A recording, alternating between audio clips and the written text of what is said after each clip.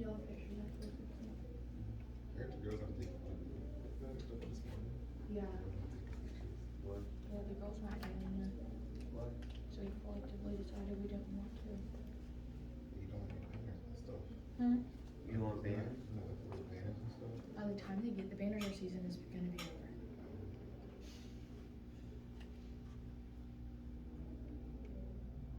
Just none of us saw the point of getting them.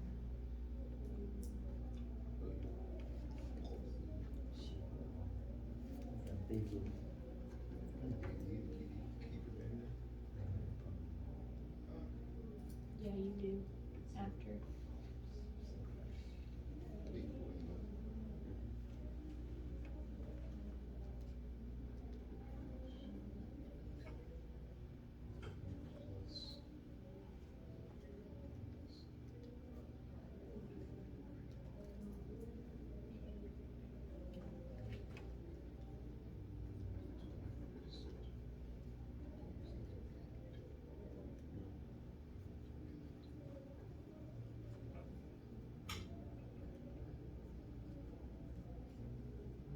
Wait, Kashi, who was talking about it earlier?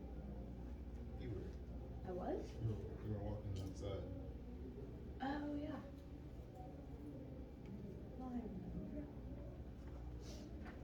That was so long ago. You're so what? It was so long ago.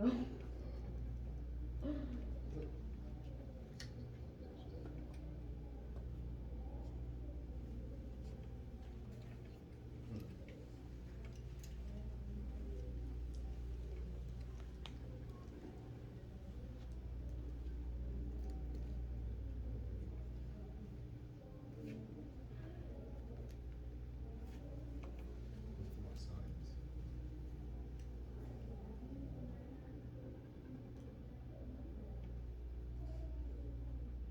To make that easier on yourself, what you could do is you could type it into variables and then just change the x value and evaluate it. I mean, you're in it now. Okay. It's plug it in. They did, but give me some. Mr. Walker, did you just round cosine 0.1 to 1? I would go 3 decimal places. And that's where you got 1 from though? No, that's I haven't done the second part yet. I found P0, P2, P4, and P6. Like the problem I asked at the beginning. Find the Maclaurin polynomials. P0, P2, P4, P6. So P0 is just cosine of 0. Okay.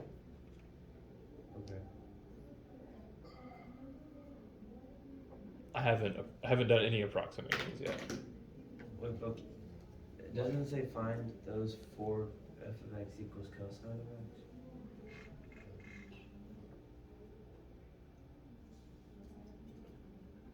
Oh, Yes, that's what I did. Oh, wait. Oh, Maclaurin as in 0. Maclaurin means that we're centered at 0. Yeah. Oh, okay, I did the second part. Okay. So I haven't done the second part yet, so the original problem just asked for P6. estimating 0.1, but Oh. I thought it would be good for us to try to estimate some values further away from the center and see how good our approximation was.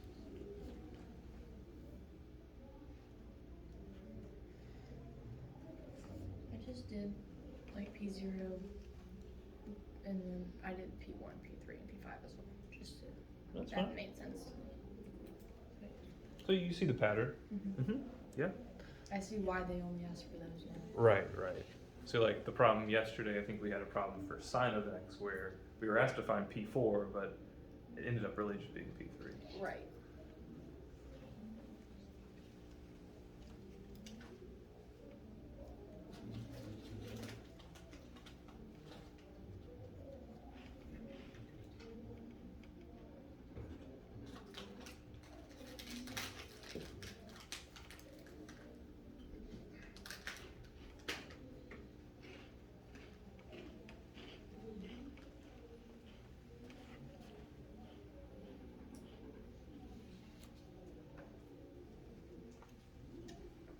Okay, I fixed it.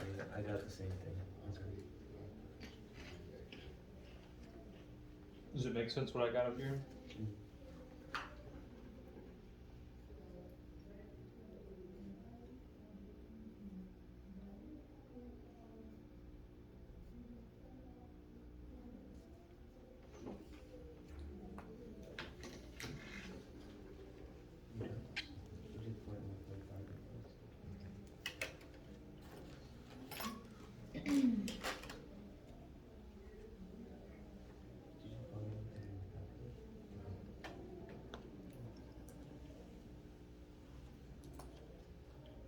Just so y'all know, to make this as easy on me as possible, because I worked these before class, I did type my P6 into Y1 in my calculator, and I typed cosine of x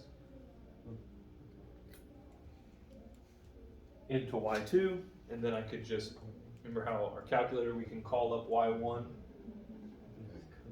and just put in whatever value we want for x. We can call up Y2 and we can put in whatever value we want for x. And that was just an easy way to get these values pretty quick.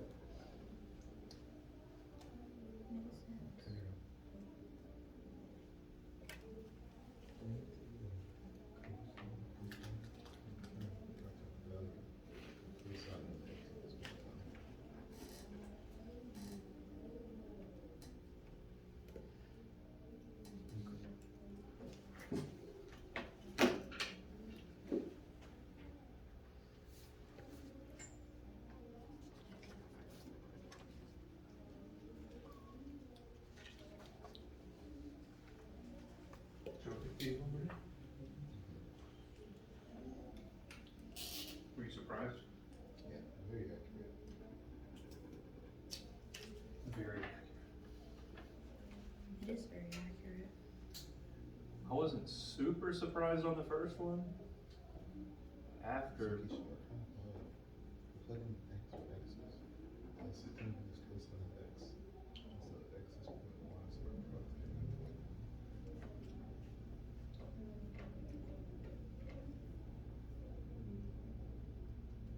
This is saying like approximate value. X equals. It's approximately the equation. When you plug in like the x value. So the x value is 6.6. That's cosine x at that given point. I have approximated at that given point.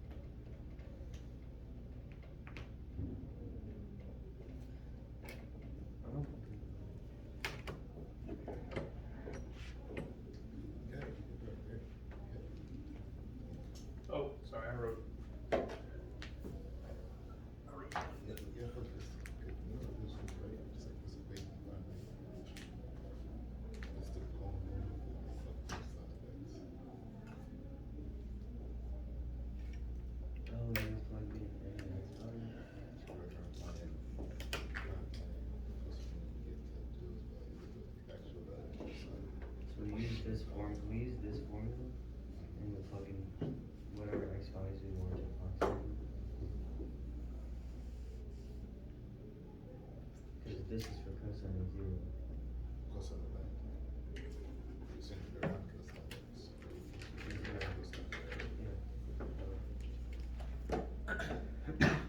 I went out to the fourth decimal place on the last one just because that was the first time I actually saw a difference between our approximation and the actual thing. So I just wanted to highlight that. I believe as I type these into my calculator, the 0.1 and the 0.5, for all the places my calculator would give me, it was the same. It might have been a little off on this one, but I know these were exactly the same. At least that fourth decimal place is exactly the same for 0.5.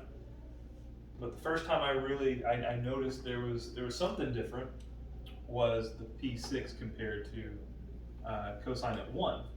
Because notice we're one full x, like value of x away from where we're centered at right here. So again, we expect it to be really accurate close to where we're centered, but as we get further away, like this is doing an incredible job of approximating cosine right here. Well, let's try something a lot further away. Anybody want to? 20. 20? Oh gosh. Well, we said a lot, so I Yeah, didn't know. sure. I expect these to be very much different, but who knows? What is our difference here? Also, mine was different on the fourth decimal points, but it's still rounded to 0.5403 for P6. Oh yeah. Well, yeah, because it's actually a 2.7. It's a 2.7. Yeah. Here, I'll write a little bit more. I like how accurate we want to be here. So 3.02. So technically they're even closer when you look at that. I mean, they're really only about 300,000th of a point off. That's difficult to say. Okay, so evaluating at 20. Oh gosh, these are gonna be nowhere. Mine didn't. This is a polynomial that just cannot handle all those curves. All right, nowhere close. These got nowhere close. I got a negative 82,000. Okay, so it's not good forever. All right, 2004 201. All right, so not good forever. Not good forever. Okay, but that's an interesting thing. Let's see if we can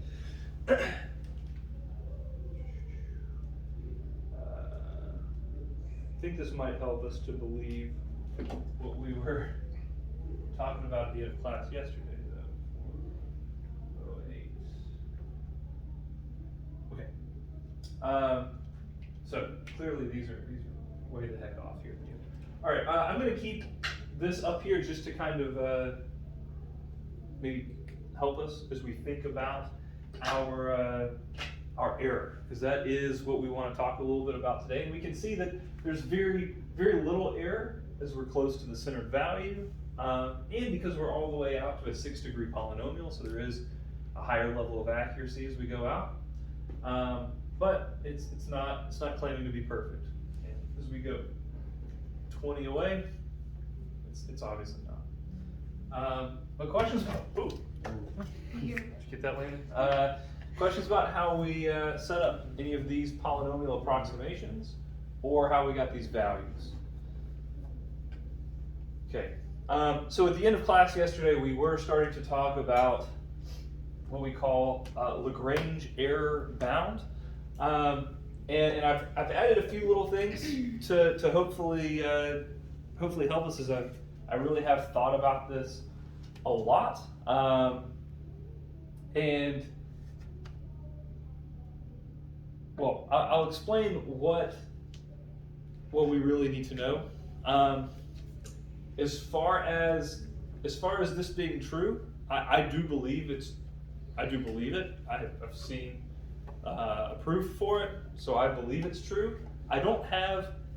So I was really searching for a good, a drawing or some kind of quick little explanation for why it's true. But I don't really have that, so hopefully we can believe it as we consult our examples.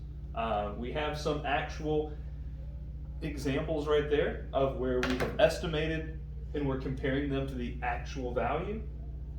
And I'm hoping that we can believe our error bound based on those examples.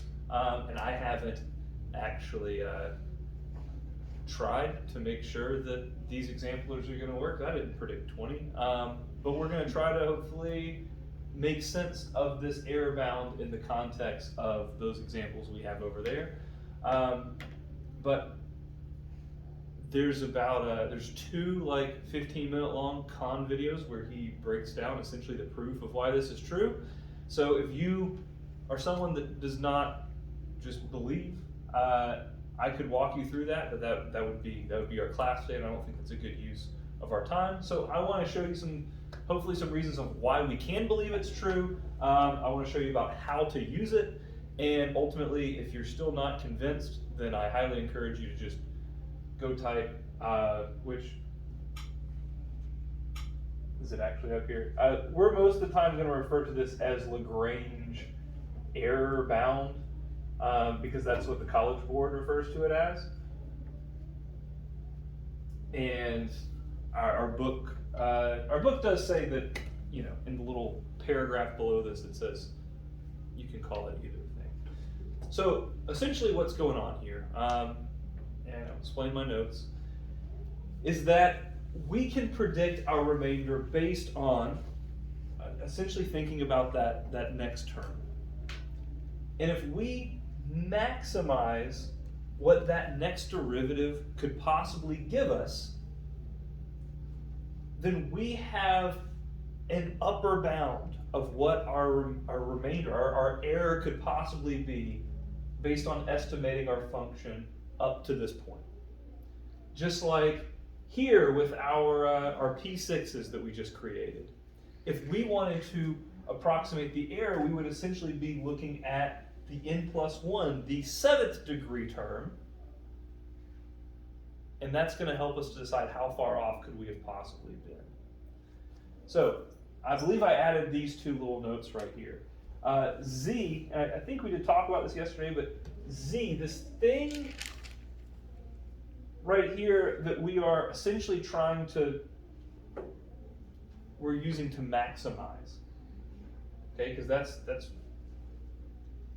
basically what we're plugging in right here. Z is a value on this interval. Z is, so let me say this two different ways. Z is the actual value that gives us the actual remainder. And this is the thing that I can't give you a good picture diagram to help you believe this or see this. There's not just one. This is the crux of the theorem right here. This Taylor guy discovered that there has to be some value on our interval between x and c. X is the number we were plugging in, like 20. C was the number we were centering it around. Z is some number within there that when we evaluate the next derivative and plug it into the next term, it gives us the remainder. So Z is some number on that interval. So if we can think about what could possibly give us the greatest next derivative value, so we have to think about all the numbers on our interval and think, well, what could possibly be our greatest derivative value? And if we plug that in there, then we know that this has got to be more than this over here, because we are using the greatest possible value that Z could be. And that's the weird thing. If M actually does maximize, then we know our remainder, the amount we are off, has to be something less than that.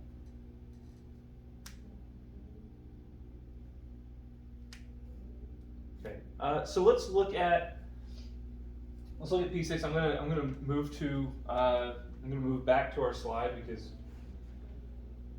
well, we don't have space really to write on here. But we're gonna be trying to think about this. Thinking about this right here. Okay. So when we're thinking about the n+1th derivative, that is what we have to think about. We have to think about what our m value is going to be. Down here it was what? n+1 factorial, and then we have x minus c to the n+1. Did I write all that down right? Okay, that's crazy stuff. All right, now we'll deal with the rest of this, but m is what's really important to wrap our minds around. Okay, so since our function is cosine, okay, function is cosine, the derivatives of cosine, there's only a few things that we can get when we take the next derivative, the next derivative, the next derivative. There's only a few things that we could possibly have. Sine, cosine, negative sine, negative cosine, right? It just iterates between those four things, which is good for us. That's the kind of problems that we're going to want to use this on, or where the derivatives are predictable. They don't go crazy. It's one of those things. And if we look at this one, let's look at the x value of 1. Okay, so we want to know what is the greatest error. We're looking at the error at x equals 1 and our c value. What is our c value for this problem that we were talking about? 0, because it's a Maclaurin polynomial. We centered it at 0. So, of all of our possible derivatives, sine, cosine, negative cosine, evaluating it at any value between 1 and 0, what is the greatest possible thing that we could possibly get out? Now, don't shout it out, just give yourself a second to think about that scenario. We have 4 things that we could evaluate. We can plug in any number between 0 and 1. What is our greatest possible outcome of sine, cosine, negative sine, or negative cosine?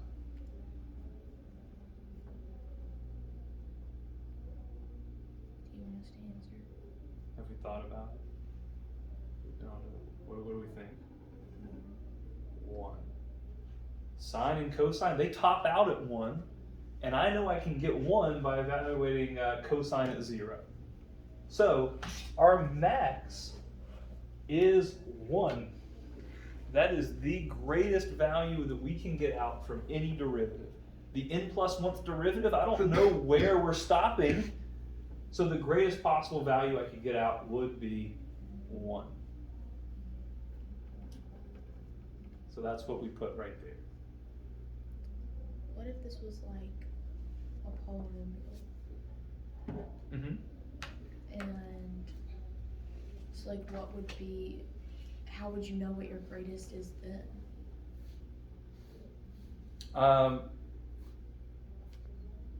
Well, so we're gonna typically deal with these when it comes to sine, cosine, e, and natural log. Okay. And natural log's the tricky one, but the rest of them are all very predictable. Okay. They're very predictable like that. Gotcha. So that's how we think about what that m value is actually gonna be. Okay. So yeah, essentially, I know that's kind of like the scary piece of the puzzle, but that's how we deal with m. Looking at the rest of this, we can clean this up a little bit. C is 0, so we just get rid of that. So this is just x to the n+1. And really, because there's a 1 on the top, we could even clean that. You don't have to clean it up. I'm not saying we have to clean it up. I'm just saying, hey, look. Well, and I actually even overcomplicated that. Let me write that out as well. X minus c is also going to be a value. It literally, we know what our x value is and we know what our c value is, right? For anything that we're trying to find the error on, we have an x value and we have a c value. So in this case, it would be 1 because x minus c is 1. So we have a bunch of finite values we can put in here, we just have to know how to deal with them.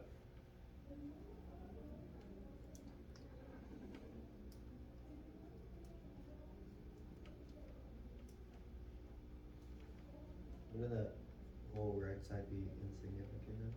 Oh no, yeah, 1 to the power is just 1, yeah. But often it's going to be, we're centered at 0, but maybe we're approximating 1/2. Or maybe we're centered at 1 and we're approximating 1.3 or something. So most of the time we're going to have a value right there. That's not just 1. But you're right, it kind of is just summarized up to be this. I just don't want us to think it's not, and you don't even have to clean it up, because at some point we want to set this thing up, and I've lost my calculator again, there it is. We want to set it up, and we want to be able to type in values of n. So right here, this right here is telling us our greatest possible error for evaluating x equals 1 on our polynomial. And what was our degree? 6. So if I plug this in right here, 1/6 factorial, no, sorry, 6 plus 1 factorial is, when I put in 6, I got 0.1234498, and then it keeps going from there. So it expected this to be really, really stinking close. Yeah. So did you get to 1 because we're at P6? PF6? I got the 1 because we're currently talking about this scenario right here. We were fact checking this. So the 1 came from, we evaluate the x value is 1 at this particular problem. When we try this one, look at, we're gonna have x minus c raised to the n plus 1 power. You can see why the error could be so off. So we'll do that one as well. But right now we're fact checking that one we knew it was kind of off. And this right here, 0.00198, if I add that to what I had right here, the 0.540278, I get something way bigger than this. So it's definitely within that range that we are off. So it's just kind of giving us a little bit of context there. Now to the other extreme. Let's look at the extreme there of the 20. Okay, things are a little bit different. Let's reset this back to where we were at. This is x minus c to the n plus 1. And our x value is 20 this time, okay? We know how off it is, so is that justified?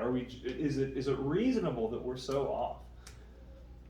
Well, m, it's still 1. Still 1, I agree. Do we see why it's still 1? 1 was the greatest thing we could possibly get from a sine or a cosine. So keeping it 1 still makes sense. Right here, x minus c, 20 minus 0, we have 20. And I am checking my P6, so I am checking my n equals 6 situation. So yeah, we have 1 divided by something gigantic, but we're also raising 20 to the 7th power. So let's check this.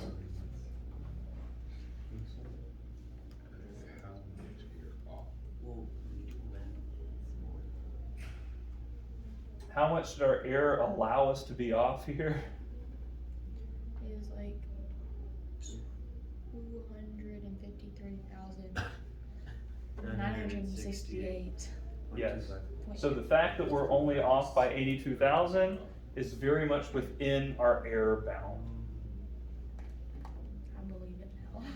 Okay. So it's, again, it's not perfect, but it's giving us a context. Like when we are close to the center value, we expect it to be closer, and we're further away from the center value, we expect it to be further away. And the more, because like that's what's going to help us out here, the more times we have used a derivative, the more accurate it's going to become, because we're dividing by more and more and more and more with that factorial. So lots going on there. So that was just, this isn't necessarily how we're going to always use it, but I hope this helps us to believe it. Yes, Aaron. I was just gonna say that the 0 that's in your P6 of 20 is not there. It's because that would make it 800,020. Yeah, that's just. Yeah, it's just 1. There you go. I don't know what I was. Anyways, yeah, I was reading as 82,000, but I wrote a weird 0. Cool. All right. Okay, so let's see how we can, how we're typically going to apply this a little bit more often. Is something like this. We want to find the degree of the Maclaurin polynomial that should be used to approximate cosine of pi over 6 so that the error is less than 0.001. So this is kind of similar to what we just saw happen, but we're kind of using this in a different way. We still want to set up that same little formula, same expression, but we are going to set it up and then try different degrees until we finally get one that satisfies what we're looking for, which is similar to how we use the alternating series remainder.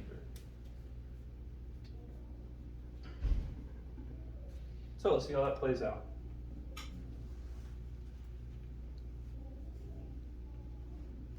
So we want our remainder to be less than or equal to, well, it just says less than, so straight up, less than. And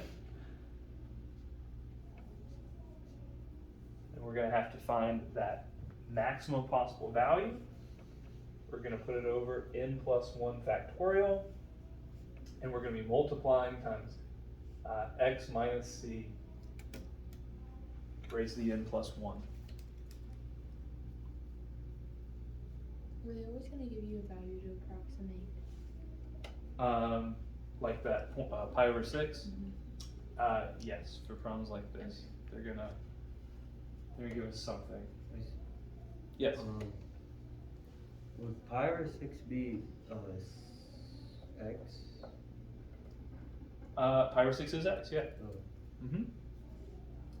So what do we want to put right here? Where that x minus c is, what can we put instead of x minus c? Just pi over 6.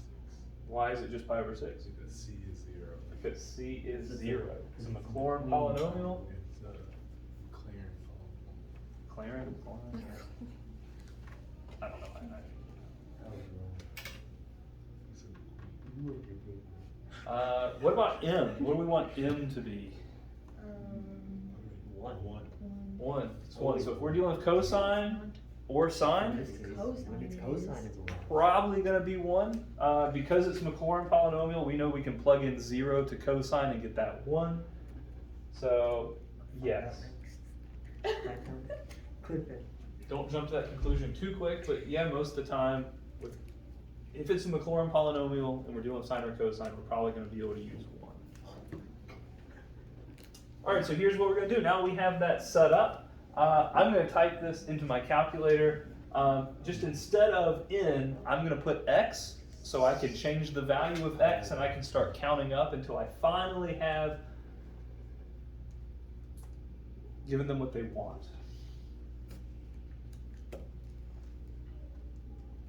Who's they? The College Board.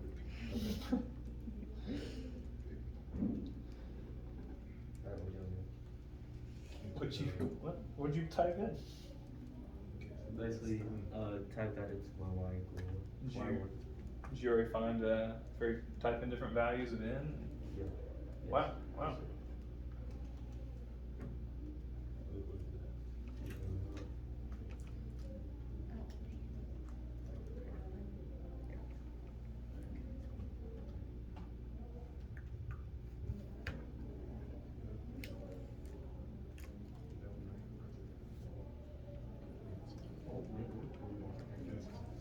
What'd you get for here? Oh, I know. Yes. I know 2.003, yeah. It's 3.3, so 1, 2, 3, 4. Means there are 3 zeros, and you only need 2. I'm right. It's 4. Give me this calculator. It's never listening to calculator. It's all catchy. I thought it was 3 zeros. I thought I heard you were the one that said no, it has to be 5. So here we're here n is 4, gives us a greatest possible remainder of 0.1, 2, 3, 4. 2, 7, 9, da da da da da. Yeah, I agree. So the least degree to get us our error of less than 0.001 is n equals 4. And I do just want to point out right here that this whole process is I'm sure it felt a lot different, but it was different than when we dealt with alternating series remainder. Questions about this? I want to go back to that page for alternating series remainder just so we see the difference in the situation. Yes. So are we ever going to be asked if it's like an over and underestimation? Not on these, not that I remember. Okay. That alternating series will be asked about that because we can predict what the next term is going to be, but this is a little bit different. Okay. Yeah. Okay, so for alternating series, I just want to point out what we did, if I can find that alternating series has. Okay. So for alternating series, we were literally looking at that next term, right? Like when we dealt with alternating series, we were literally looking at that next term, and we were plugging in some n value and evaluating that next term, and then we had to like back it up one to actually give our answer. How many terms do we need? Mm-hmm. Do we remember that? Like you would do n equals 7, and that told you what your series your bound was, and then we say, okay, so 6 terms gives us, because this isn't even a question. Like this one right here, we would no this one right here. Determine the number of terms required to approximate the sum of the series with an error less than 0.001. So we would plug 0.001 into each of these terms until we finally got a term that gave us 0.001. And if it was 7, then we knew we needed 6 terms to approximate. But here, our formula, and this what we're doing here with the Lagrange error bound, n is the number of terms, and this is telling us the remainder after that many of terms. So when we just did that problem, we didn't have to say, okay, I got a 4, so that means 3 is my answer. No, 4 is the n value that gives you that remainder. Oh, I see your urge. Okay. I didn't understand what you're trying to point out, but I realized I see now. Yeah, so like our methods are different based on how we understand these types of series. Do y'all see what? Wait, explain that last part you said again. N right here is the number of terms that we have used to approximate our function with our polynomial. And when we plug in n right here, it tells us the remainder. It is looking at the next function or the next term for us. Right. Oh, okay. So when we were looking at the error on those, we were plugging in 6. We weren't having to look at 7. So because the formula is doing it for us. So when you just dealt with this problem right here, and you were like, okay, I've got 4 gave me the error that I'm looking for. So 4 was the number of terms needed. Because our formula here is plugging in the number of terms needed and telling us what the error would be at that moment. Okay, I just want to clarify those, and that's kind of weird. All right, let's see. Do I have a? Why don't? Here, this is what we're gonna do. I'd like you to think about e to the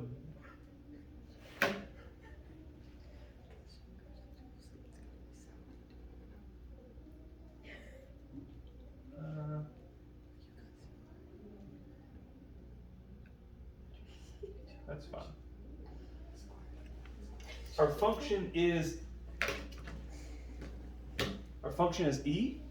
So let's think about this a little bit different situation. Not dealing with a sine or a cosine.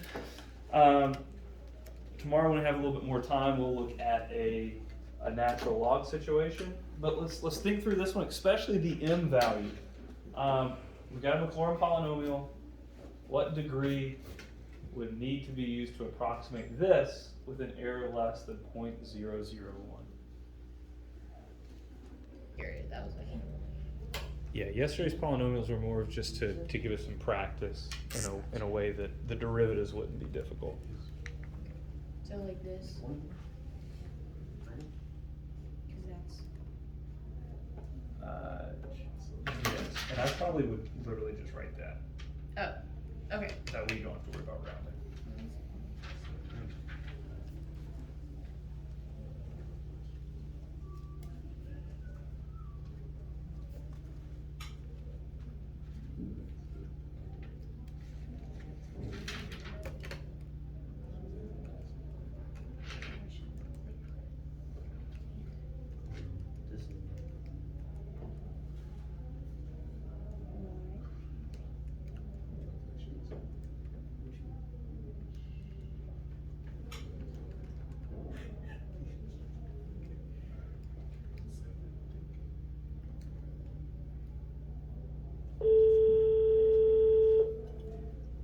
Big thing is the setup.